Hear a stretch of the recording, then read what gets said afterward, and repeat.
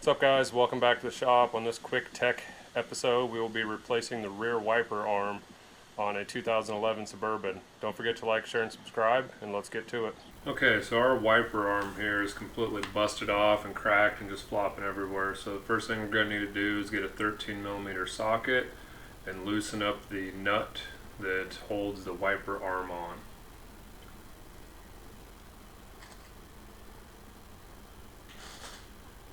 With the wiper arm nut loose, I'm just going to rip the entire wiper arm off because it's pretty much just flopping around and in the way. Also, make sure you disconnect the windshield washer fluid line. The little barb fitting will go into the liftgate door. So as you can see here, the brass part of the wiper arm is still on there. That is a pressed on piece, and we will need to get a special tool to remove that. Okay, so like I said, that is a pressed on fitting. I do not have the special tool available, so I made one out of a piece of plate steel that I drilled and tapped 2 3/8/16 holes in, and also cut a little U-notch in, and then a steering wheel puller. You slide the plate steel in behind the brass fitting and tighten up the steering wheel puller, and it pops right off.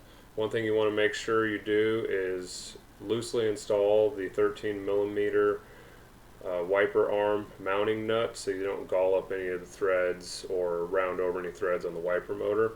And then you give it a couple good cranks and it will pop right off like so. Back off the nut and pull the brass fitting off, and there's a closer look of the puller. It's nothing fancy, but it works, and you're good to go to reinstall. Okay, now to reinstall the new wiper arm, we want to make sure we loop the washer fluid hose around the top of it and plug it back into the liftgate, and then get it lined up where it's going to sit, and kind of wiggle it on there a little bit, making sure that the ribbed splines are lining up, and then basically just install the 13mm nut and tighten it down. It'll take a little bit of force to get the windshield wiper arm set, but it should be pretty straightforward.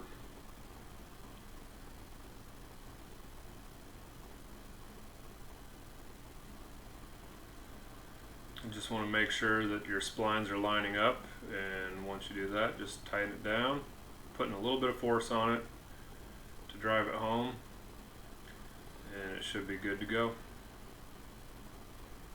Just that easy. Alright, when installing the wiper blade, you're going to want to make sure you've opened up the wiper arm nut cap cover thing, because when you lift up the wiper arm blade, it pops open and makes a bad cracking sound and you think you broke it.